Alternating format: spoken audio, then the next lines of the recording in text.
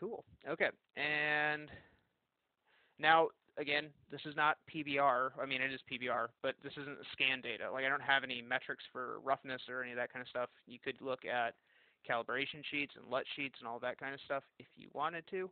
I don't want to do that. And let's go in and let's just run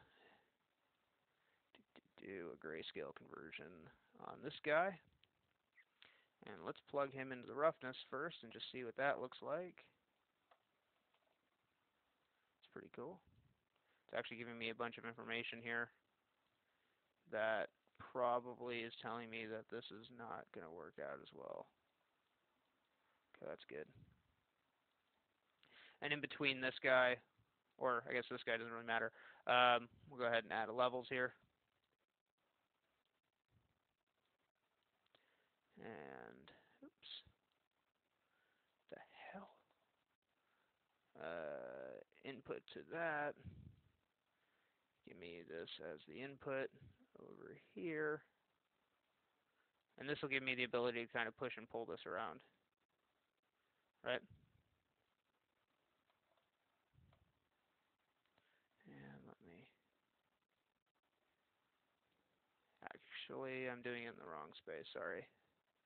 Let me just nuke that node. Put that as the output. Take this as a level. Put that to there. Put this to there. And now, let's push and pull all of this stuff around.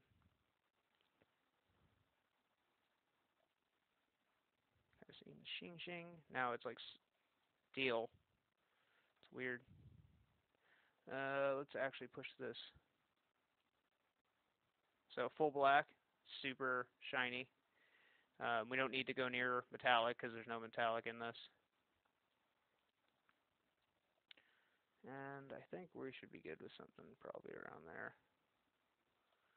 Just enough to get some kind of highlights, but again, we'll take this into Unreal.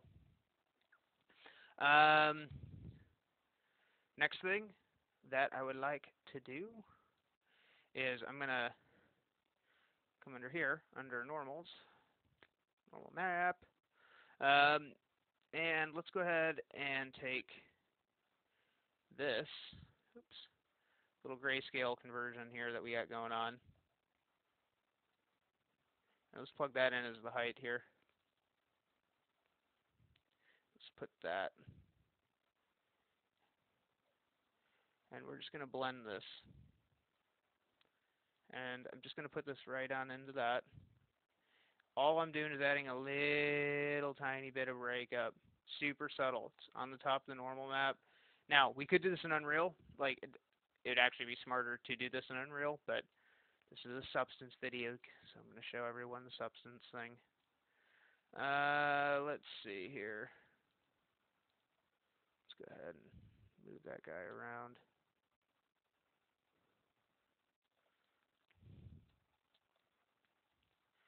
Still think it's a little dark. I don't like this.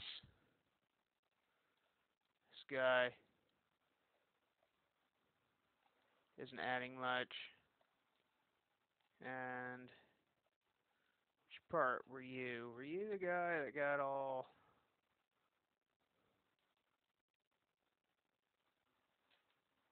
Okay, this was the blend node of the underlying stuff, which I just knocked all the way down. Cool. And it looks like it's... What the hell? Why is that in there? Oh, it's named AO. Huh. Let's actually use this as the good Lord intended it to be.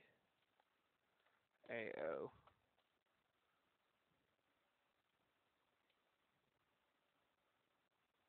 Change the label.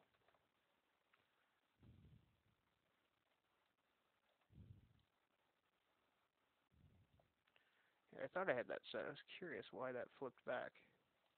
Okay. Maybe it's a levels that we need to introduce. Nothing wrong with modifying any part of the texture that we see fit to get the look that we want. It does not matter. Anyone who tells you that, tell them to stop getting high, because it does not matter. It's all about the look in the end. The user does not give a rat's ass. And I mean that, like, and I'll debate that with anyone. Like, as artists, I think we fall into this trap of, oh, we have to do it this way because this is what everyone's telling us to do it. And it's like, no, not really. And we can do a batch export. I'm just going to save it all out as this, because I have my handy little windows here. This actual feature in Windows 10 is really nice, where it just kind of remembers where you were before. At least it pushes you in a better direction, which I definitely enjoy. Do not save it out as an EXR, for the love of Odin. Wall, pillar, sub. Come on. Just copy that, so I know it's a substance. This is, I mean, the texture is a substance. I'm not going to put in the substance nodes and all of that fun jazz. That's a different thing altogether.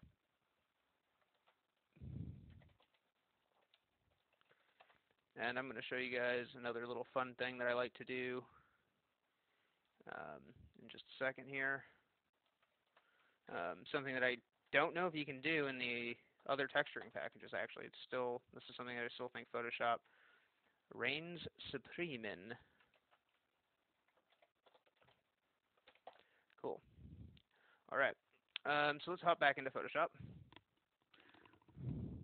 And I'm going to just pull over really quick. Ignore profile. And on the left here, I'm literally just pulling some cool little concrete or different textures that I see that are neat looking. This is always nice. I always use this guy. I don't want to tell you what games, but this is my go-to. File, open. Here we go. And we'll just look at the wall pillar here. Okay, we have all the substance. Let's grab the albedo. Hey, there he is. He's looking nice. And again, we're going to take this into Unreal, and we may have to modify this some. So that's fine. Like, if the ranges and shit are all screwy, we're going to have to do this. But basically, all I'm going to do here is I'm just going to do some dirty old texturing. Just group that together. Double click. Let's get this underlying layer. Huh? Look at that. That is hot. And that works out really nicely. Okay. I'm just going to tell it to ignore some of the brighter spots. Let's just find the range.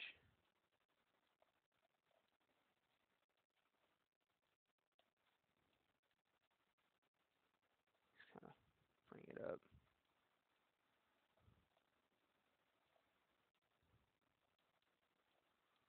There we go. Just because I want some of those edges to sing. And to be totally blunt, I have no idea what this is going to look like until we take this into Unreal, so I should stop screwing with this. But we get a nice little gradation that's happening here. Got some darker stuff at the bottom. Okay, it's not too different, but again, we probably could have done this in Substance, but whatever. It'll, it's nice to see it. And Targa. Yes. Yes. Yes. Save the PSD. Thank you, Daniel Sutton. All right, Karate Kid.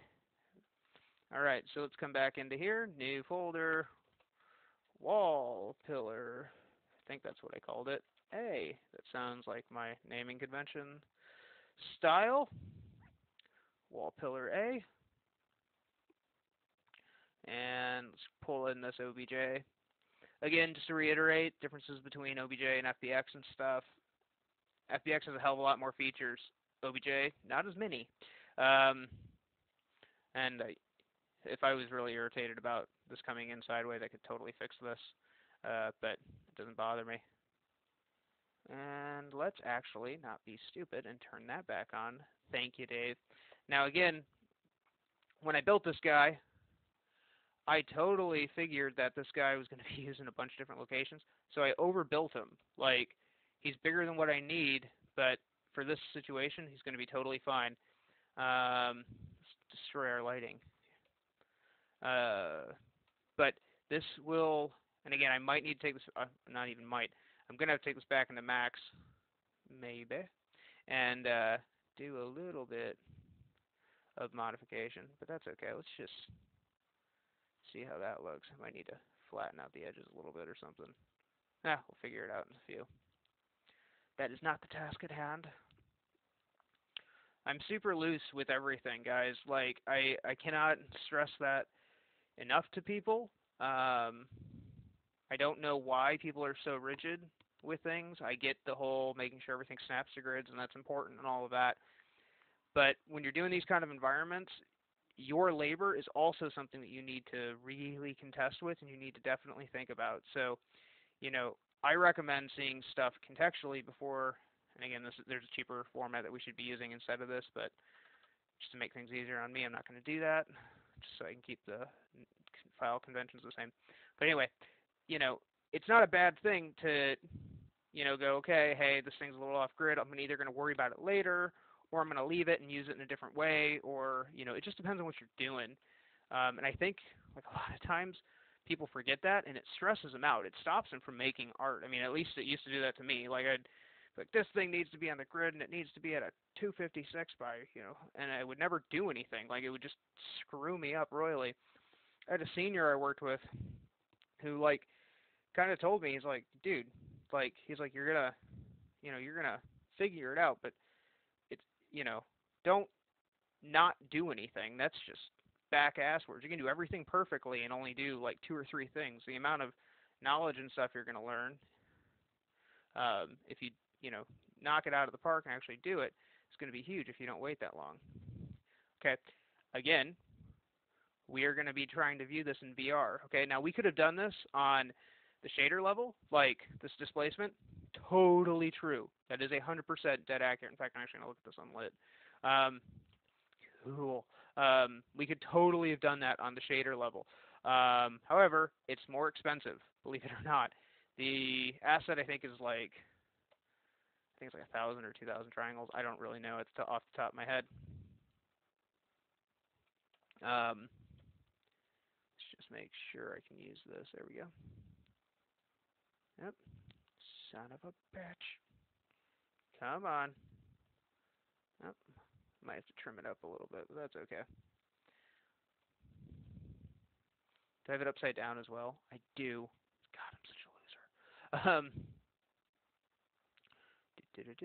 180 degrees.